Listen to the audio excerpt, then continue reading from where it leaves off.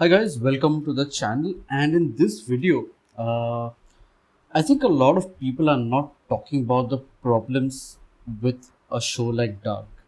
And this video is going to be a quick rant about the same and why I felt that the show has so many different problems. Amit, it's a great show. There is no doubt about that, and it's perhaps one of the finest science fiction shows out there. So this video is going to tell you about the challenges that I felt the show has in terms of its writing, direction, the script, the plot, and overall much of the ignored problems. In terms of writing, I felt that the show was unnecessarily stretched.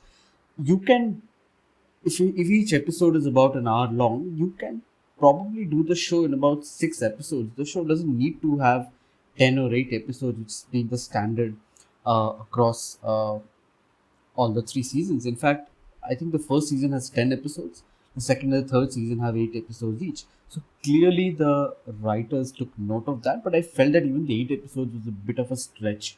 The show could have done with 6 or 7 episodes max. The second thing is the writing. The writing and the plot feel stretched and unnecessary at points of times.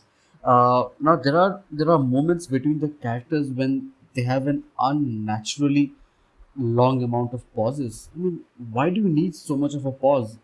And for example, in a couple of scenes where two characters are interacting with each other, one of the characters they ask a question and the other character just keeps staring at them without answering anything. I do understand that the writers want to build an intrigue to the show, which is fine, absolutely correct, not a problem. But I mean, seriously, you didn't need to have that with such unnecessary pause, which adds to the length of the show. The third is the language and the kind of script, the kind of dialogues that the characters have in the show.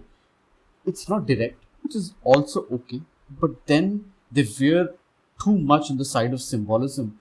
It's like every dialogue in the show is a quote in itself that you can probably use on Instagram as a quote of the day or something like that. I mean, I get it, right? You're trying to build intrigue, you're trying to build suspense, but you don't have to get philosophical, you don't have to get symbolic in each and every scene, right? You can speak in normal English.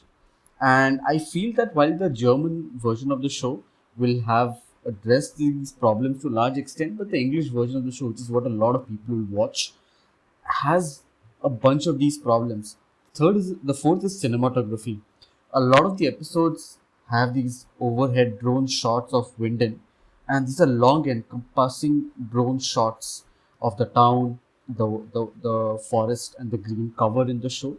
I mean, fine. By the end of season two, the viewers understand that the town that this is focusing on is Winden. You don't have to keep showing those shots again and again and again, right? And I believe that while the writing is very tight so far, from what I've seen, the writing is pretty tight. I'll have to maybe watch the show again to figure out flaws in the writing and the storytelling aspect of it. While the writing is tight, but I believe that the producers and the directors could have led the audience with some visual cues. So, for example, when people are jumping between time periods, it would have been helpful to have the time period flash on screen. If you've seen any time travel movie or TV show in general, whenever people switch between time periods, the screen is overlaid with the fact that this is this particular time, and I think that could have helped the audience to understand the different time periods that the characters are jumping in. And one other challenge that I could figure out in the show is that almost everybody has access to the cave, right? So when the police decides to investigate the disappearance of the kids in the cave, they put up a simple police tape which anybody can pass through. I mean, seriously, if you want people to not use the cave, why not close the cave? Just put a barrier on it. I mean, there's such a simple, flawed element in the plot, right? If you want to just prevent people from accessing it, just seal the cave. Why leave it open? And even that hatch where people go down into that room, just seal it so that people can't open it. And every time people go down to the small bunker right underneath and nearby the cave, anybody can open the door and access it. Bro, where are the locks? Why don't people lock their doors I simply don't understand this. In a lot of the Western movies and cinemas, people are like, say, having sex in the room and they don't keep the doors locked. I just don't get the point. Like, this is such lazy writing and such convenient writing. If you want kids to stop disappearing, just seal the cave. Why does everybody have to just get into the cave and then, unnecessarily expand the plot? So I felt that these were some of the laziest points and plot holes in the throughout the seasons. If you find anything else, do let me know in the comments. And if you agree or disagree with what I have said, do let me know in the comments. My only frustration with that is I'm just nitpicking all of this, right? Most of the people will not even notice.